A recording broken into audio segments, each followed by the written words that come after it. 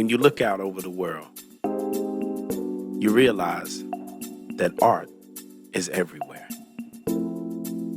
And not just any kind of art, but beautiful art, fascinating art, extraordinary art. As a matter of fact, the more you look, the more you realize that not only is art everywhere, but everything everywhere is a direct result of art itself.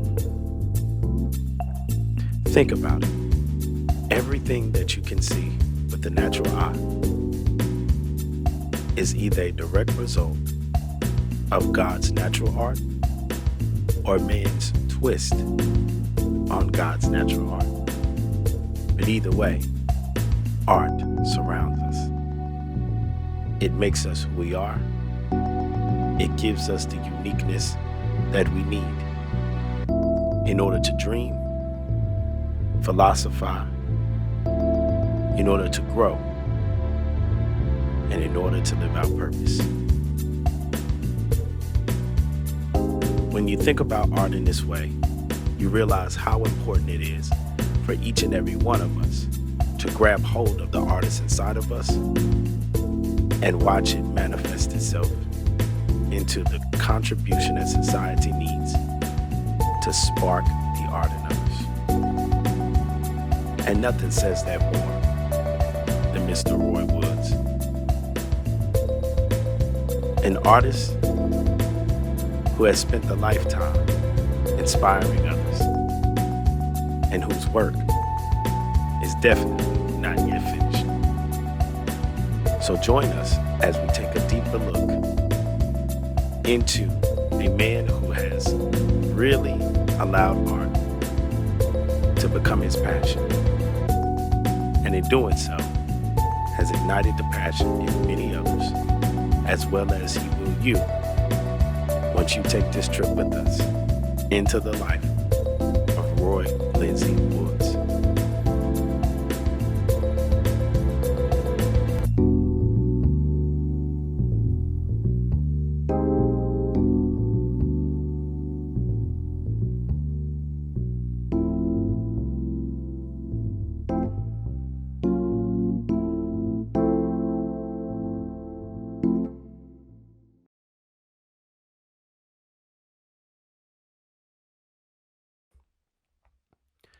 Now, in order to take this journey properly, we have to go to a city called Gastonia, North Carolina. Not too far from Charlotte, but at the same time, just a small speck on the map when it comes to these United States. But no one member of its great city has had the impact that Roy Lindsay Woods has had. My name is Roy Lindsay Woods, and I paint under Roy Lindsay because I was trying to divide my name, use my middle name, because of the fact that I was doing advertising and painting and fine arts. And I signed my work Roy Lindsay. And then I put the initial RLW. I was born in 1947 in Gastonia, North Carolina, right here in the hometown, and lived here practically all my life. The one thing that we take for granted sometimes in today's age is what life was like just a few short years ago when things were more black and white instead of the beauty of color that we see today, where there were rules and restrictions placed on you based on your race or your classification and education, so on and so forth. Roy Woods came from a time where things were still black and white. Growing up in Gastonia was, everything was black and white and divided, segregated. Went to a segregated school. We had used books for a while, and then we would clean the books up and use them in the schools. Didn't really pay attention to whether or not it was black and white. We just did what we were going to do and kept going. When I went to art school, and didn't have any formal art in high school. When I went to art school, I was had studied with a correspondence school at home. And then when I went to Nashville, I was like maybe the third black person in that school, third or fourth black person in that school. So I had to really work, and got to the point where I was almost about to give up, and I had a fellow come over and told me, said, "Well, you're doing all right. You just got to hang in there." So that's what I did. I hung in there.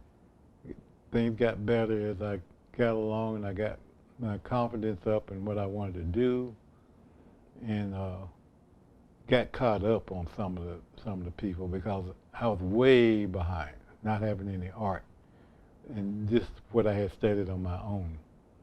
So after I got my confidence up and kind of knew what direction I wanted to go in art, then that's when I decided to go to the Artist Studio of Fort Lauderdale. Then graduated from there, and when I graduated from there, I left Florida and came on back to Gastonia and started freelancing. Okay, this African, it's like a mask, which I made it into a mask, but it's a thumb piano, and I did it back when my friend Rock, who's from the Ivory Coast, Africa, and we used to watch boxing every Saturday and all that kind of stuff, and so I kind of pulled this up and asked him about it, and he was telling me some of the things that it was used for, playing music, and so I decided to go ahead and do a painting of it, and I kind of stylized it and put the faces in it and stuff like that. But it was inspired by Rock, who that was his name. I can't pronounce his last name, but he came by the studio every Friday. We used to kind of meet. He set up my first computer, and he was a computer geek, and really had a good time with him and learned a lot from him. My name's Heather Stroop, and I met Roy probably about a good 5 years ago or so, when we had an art gallery in downtown, and him and his friends would be painting and hanging out, and sometimes I would just see him sitting outside with the door open and relaxing and watching the passerbyers and smoking a cigar, and I'd roam through, usually after went and had dinner. It was right next door to a nice restaurant, and so we just kind of walk through, meander around, and look at the art. And, he was always nice and friendly and chatty, and was always just drawn to the gallery, because we don't have many things like that here, and so it's nice to take a nice stroll after you eat a nice meal, and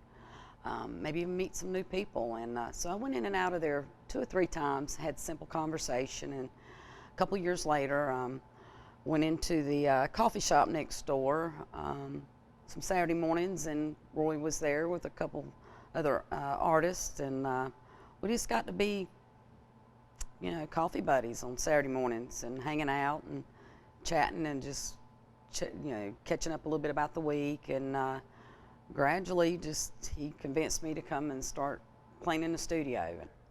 What we're doing now, working on a collaborative, and Heather's we started out with just some basic shapes, and Heather's going to go in and do some detail work.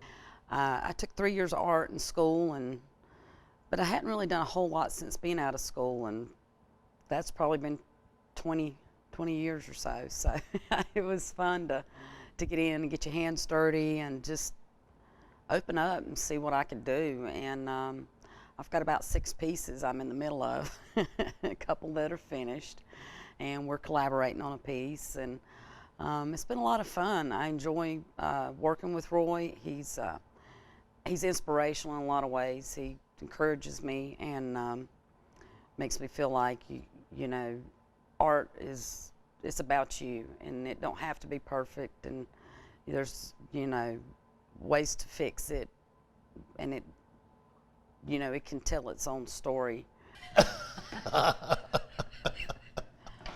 Things he thinks about. I'm serious. But you're gonna take that hat off. You want me to take the hat off? I want you to take the hat off. Okay, all right. I got him on that last weekend. I gave him two hats, and they're both Landerfrost. Yeah. And he wore one last weekend. Now he's wearing the other one this weekend. I said something to him last weekend. I said, "You're taking that hat off." And Now we sit down. then we come in here, and he's wearing the other one. And I'm like, "Wait a minute, you can't take that hat off." I definitely like it this way too, though. I think because That's the way we started. as we've painted it, we've kind of tried to work a story in it. Yeah. You know. And see these greens and stuff, you might want to come over here with some. It depends on what you want to do with it. She would like he's passing, like he's putting something out for her to step Yeah. on, you know, to come this way. And I was just looking at that, and I thought, it almost looks like her leg kicking out, like she's in motion.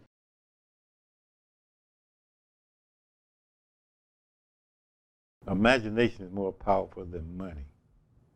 And so a lot of times the imagination comes out, and I've had a lot of teachers that told me to use your imagination. And when you use your imagination, you come up with a lot of good things.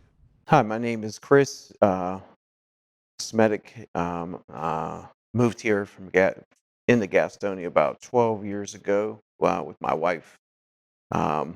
We're both counselors, and we both own our own practice. It's called Genuine Counseling Services.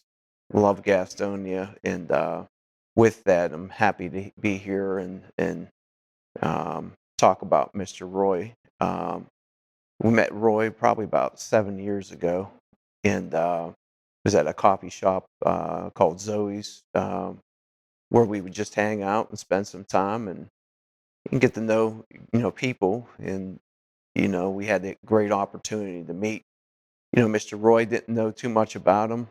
Seen him there, a good bit. And one day we got to talking, and found out that he was really he was an artist, and was not familiar with any of his artwork or his community, what he did in the community. And with that, from talking with him and learning about who he was and seeing his artwork, we realized after a short period of time that he was a really, really talented artist. This suit was done for the Gaston Arts Council. They have a recycle fashion show every year, and this is what this was for.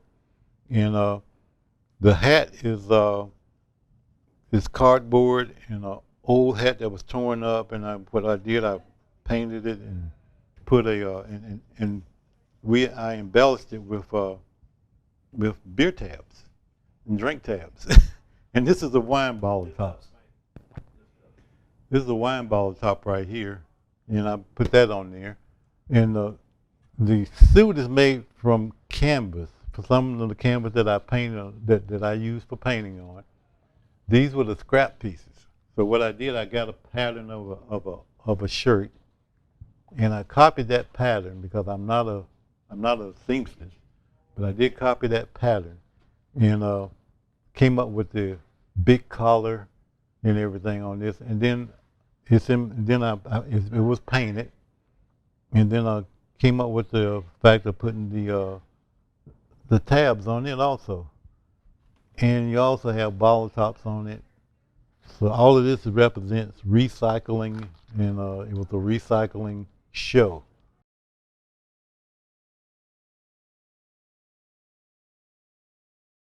My biggest influence were my parents. They really pushed me, or really didn't have to push me. They just encouraged me to just have fun doing what I wanted to do. Don't go in the direction, and they supported me 100%. My dad found out I was interested in art. He was always buying something, bringing something home for me to work with, canvas, paints. And my mom always was right there in the kitchen. I remember her being in the kitchen, and she could see where I had my drawing table, and she would always be looking to see what I was doing and keeping me interested. And of course, cooking was good too. And she always they always told me to go for it, really go for it. And that's what I did. I stopped listening to everybody saying, well, you can't make money at this, you can't make money at that. And if you're not making any money, you need to quit and all this kind of stuff. But you don't need to quit. You just need to pursue what you want to do. And that's what I try to tell everybody else is pursue what you want to do and keep going at it. I did a painting for my mother that went into her living room because my dad had a house built, and she had a place where she wanted a painting, and I did a painting for her. I still got that painting. And my dad always called it Sarah's painting because my mother's name was Sarah. And that piece was done for her. And all the other pieces were like their influence. I mean, so really every piece that I do is with them in mind. When I start doing sculptures like this, it usually leads up to maybe 10 sculptures, or because I keep seeing things that I want to add to a sculpture. As you can see, when you turn it, the light creates a totally different piece almost. And when you're looking at it that way, when you're walking around it or turning it, you get the different effects that I'm trying to get when I'm the unity. You want the unity of the piece, and then but there's a lot of different shapes, but they all work with each other.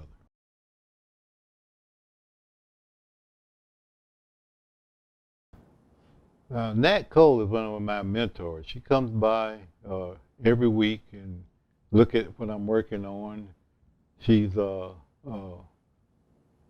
87, I think, 87 years old. She's worked in New York, worked in Chicago, worked with a lot of different artists, had a lot of good shows where she sold out of paintings and stuff.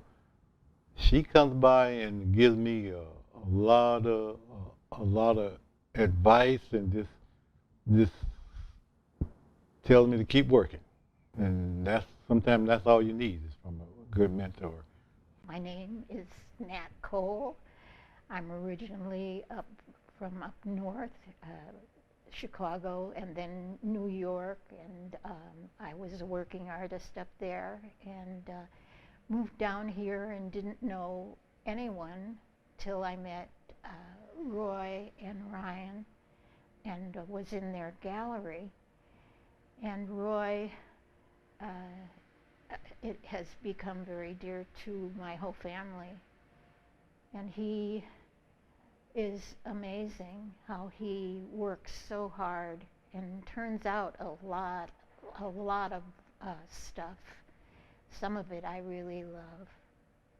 Well, I love Roy's sculpture, I think, more than anything. He has a natural ability with color, which was, really wonderful in his painting, but I think the sculptures that finally come up, and they're not all of them, but as he develops, it's very exciting to see some of the results, which are very strong and very personal for him.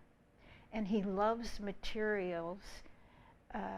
He does work in many, with plastic, with concrete are some of the things that I really love.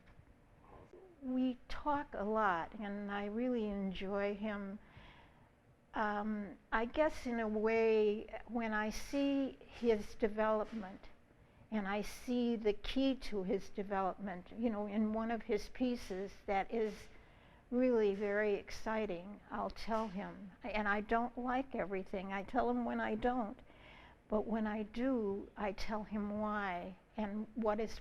I really think it's part of the way he's growing as an artist, and it's very exciting for me.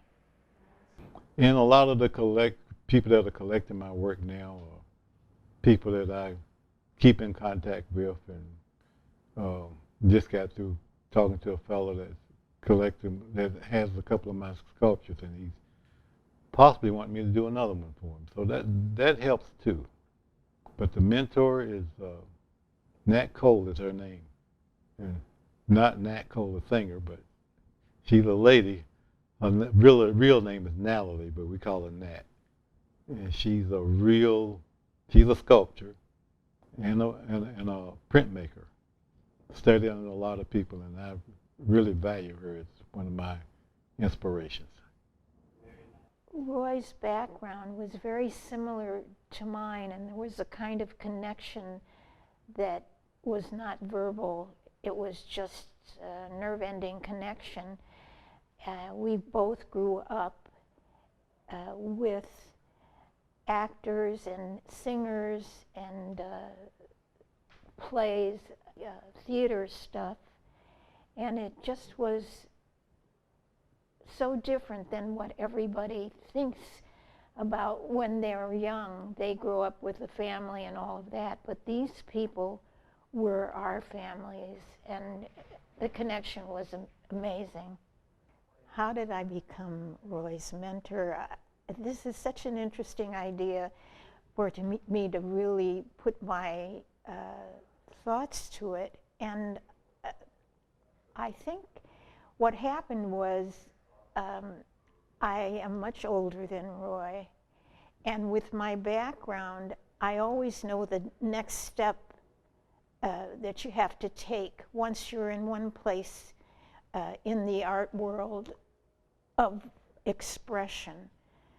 So I always knew the next step, and I would always say to Roy, this is what you have to do next. And of course, sometimes he listened to me, and other times he did not. But that is really how it came about, I think. And as time went by, I always would give him not quite a criticism, because it wasn't anything that harsh, but it was, this is what you should do next.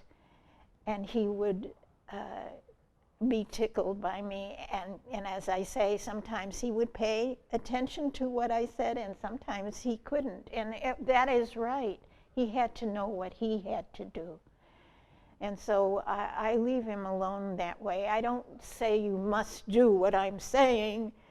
I just want you to hear what I feel about your work is going and where it should go next.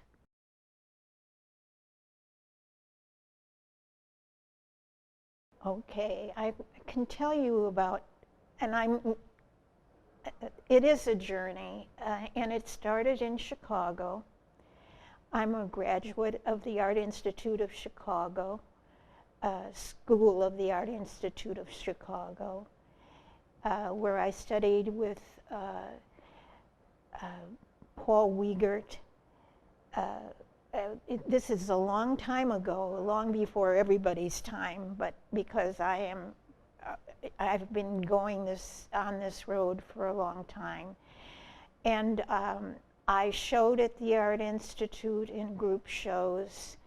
I had a show in Chicago, a one-person show, and it was reviewed by the Chicago Sun-Times. I did a children's book called Hooper the What Owl. I illustrated it. I was included in a book by Donna Malik, which was Artists in Wood. Then I moved to New York, where I did about the same trend of things. I had a show a one-person show that was reviewed by the New York Times, and also a two-person show that was reviewed, where they said I was original, which I loved. Then I had a wonderful show at the Gastonia Museum. It was a museum show, and it was very successful.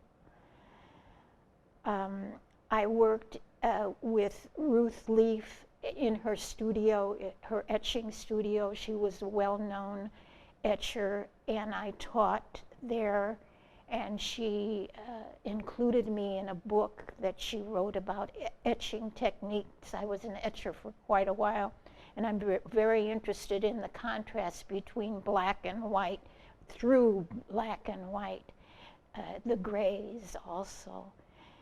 And then I'm probably leaving stuff out, but I moved to Gastonia, so my life is in three pieces: Chicago, New York, and then Gastonia, where I came and noticed that there was a gallery, and I wanted to show my work, and that's how I met Ryan, another wonderful artist, and Roy. Tell you the truth, I come up with ideas from just life and talking to people, being around people, helps me to come up with different ideas. A lot of times I'll have a dream about something, but I don't really put the dream into what I'm doing right at the time. I just start painting, and before I knew it, some of the items or some of the visions that I've had have come out in some of my paintings. So come up with all. That's how I come up with a lot of my ideas.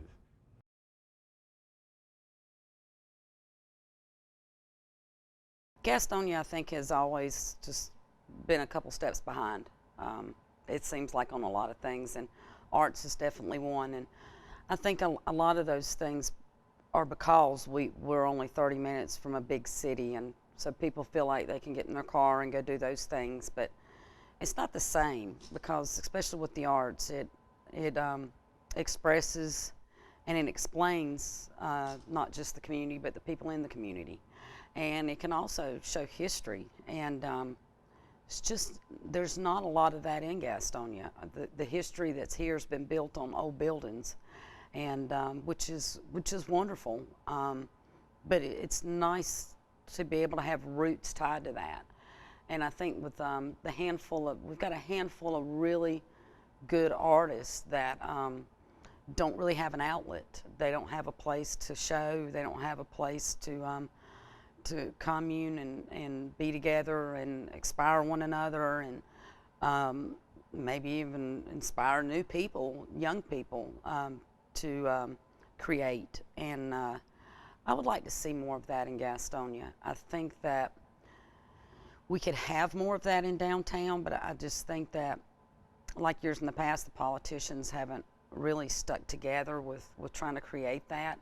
The downtown vision seems to change every 10, 15 years, and it makes it difficult to really get anything pursued and successful, because anything that's successful is going to take time, and it's going to take time to build that up. And when you've got people that's not been coming to the downtown area and facilitating some of the businesses there for a good many years, it's going to take a while before they realize what jewels are there. And even in the historic district, we have this beautiful building, and I think Roy's been able to add a lot to it with bringing his gallery here. I would love to see more little hot spots in the building to bring people in the community in here and spending money, but just even a place to walk around for an hour and relax and enjoy what's here.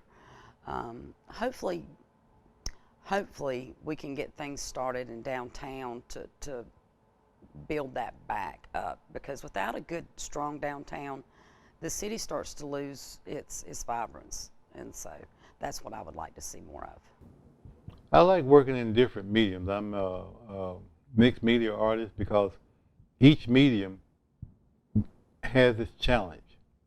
And once you take what it gives you and you try to go as far as you can with that, and then you try to push it so it keeps challenging you. Everything is each medium has a different challenge. Like oil paints, you can work them and build it up. Resins make things pop. Sculpture, you got to work in the round, so you work all the way around it. Painting is flat, but you want to make it look like you can look around it. So each medium has that challenge, and it gives you a challenge that I like the challenge. Okay, what I'm working on here is this sculpture, and it's a concrete sculpture, and I'm trying to get it. This sculpture actually grew, and I've been working on this thing for over a year, and it started from just one small piece, and it kept growing and kept growing and kept growing.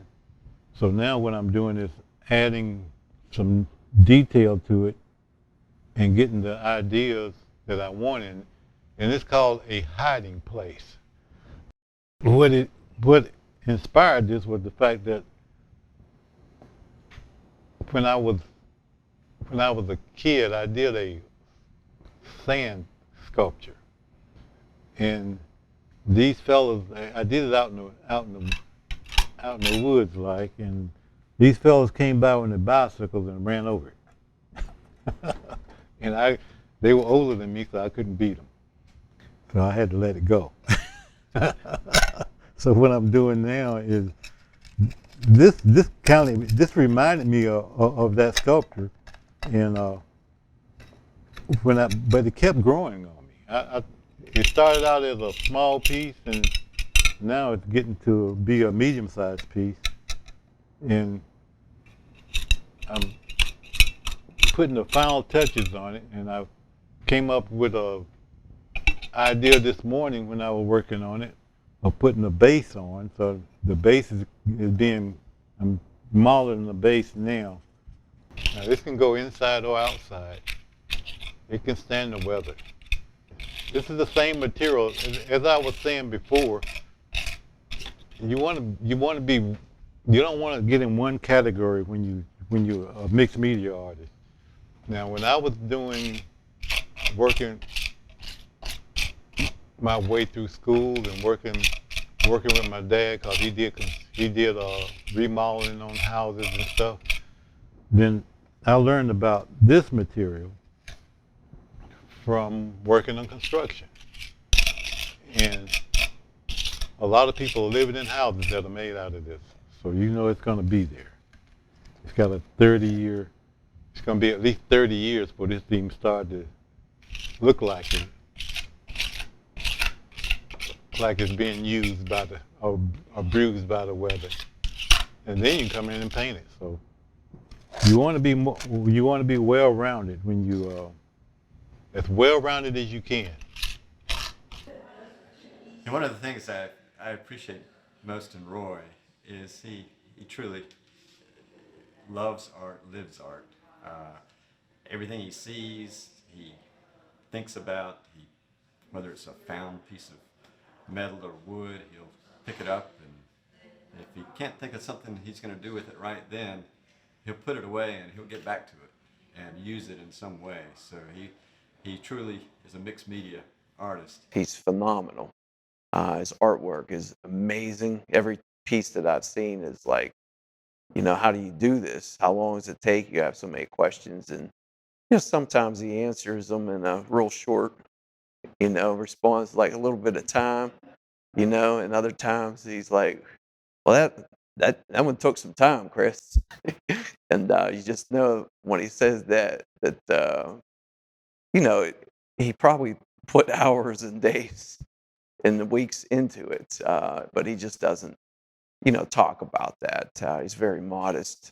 So over the last couple of years, we've been to his gallery, which is actually next to the old Zoe's.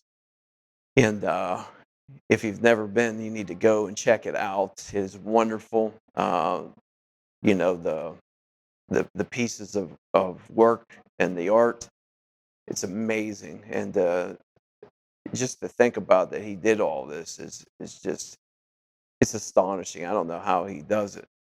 He does it all himself. And he's particularly really good with resin, which I wasn't familiar with until he showed me how it worked. And it's really good. He's really niched a craft in that.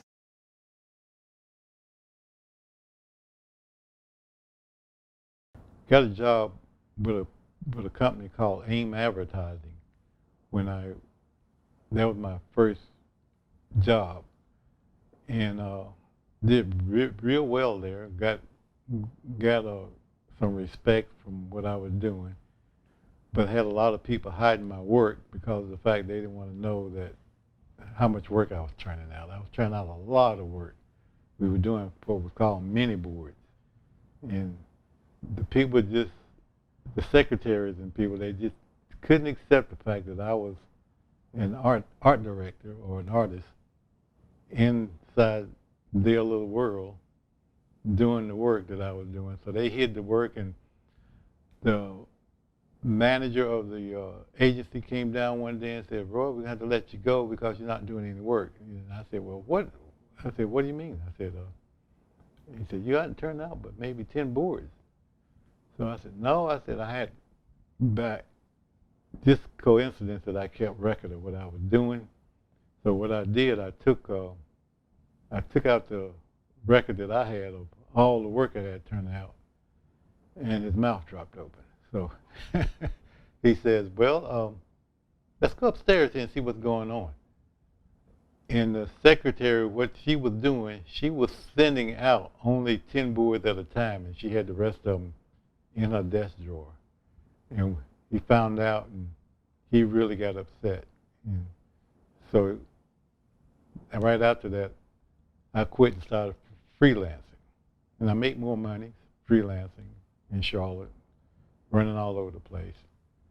So that was one of the things that was an experience that I'll never forget.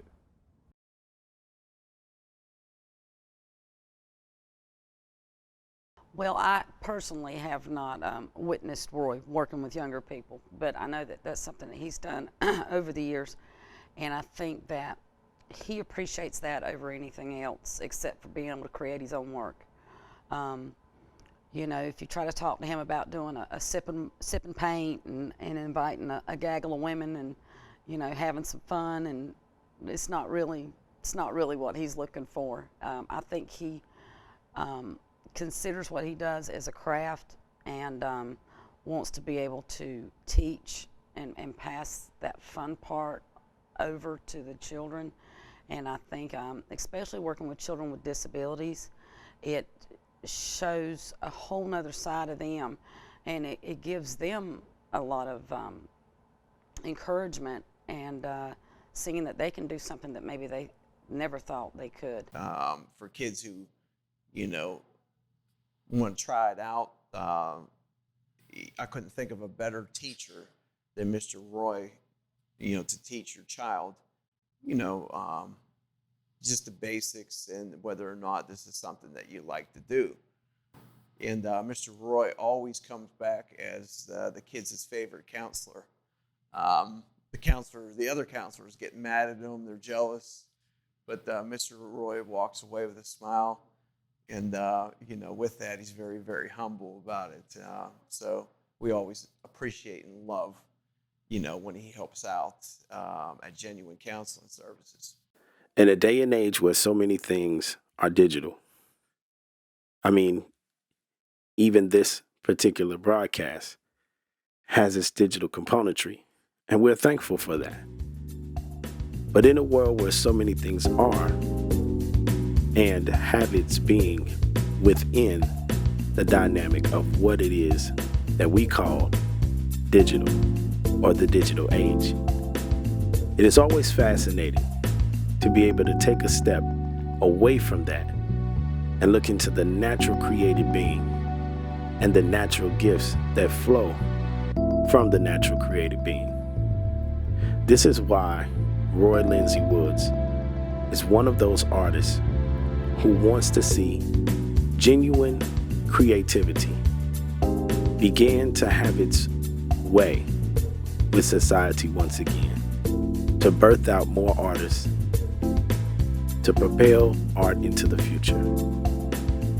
Though we do enjoy doing things by electronics with computers and other elements that we use in the digital age, it is always a great opportunity to be able to look out into society and see people operating within the gifts that God has given them within their natural being. Allowing the paintbrush to flow, the pen to move, the thought to process, allowing feeling and emotion and creativity to display itself, allowing storytelling to come out from the nothingness of a blank canvas into a free-flowing expression of one's thoughts and emotions.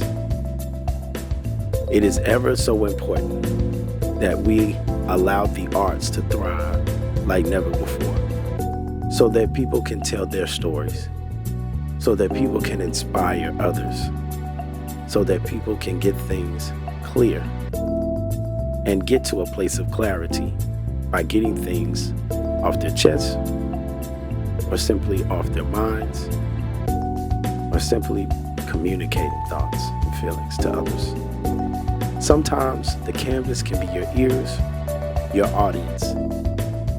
It can be the center of the focal point that you need in order to really reach a level of oneness with yourself and God.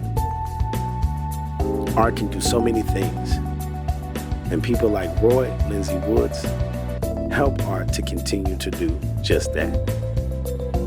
So as he continues his journey, we must make sure that art never dies, that we inspire others as we ourselves are inspired by the Roy Lindsay Woods of this era and others.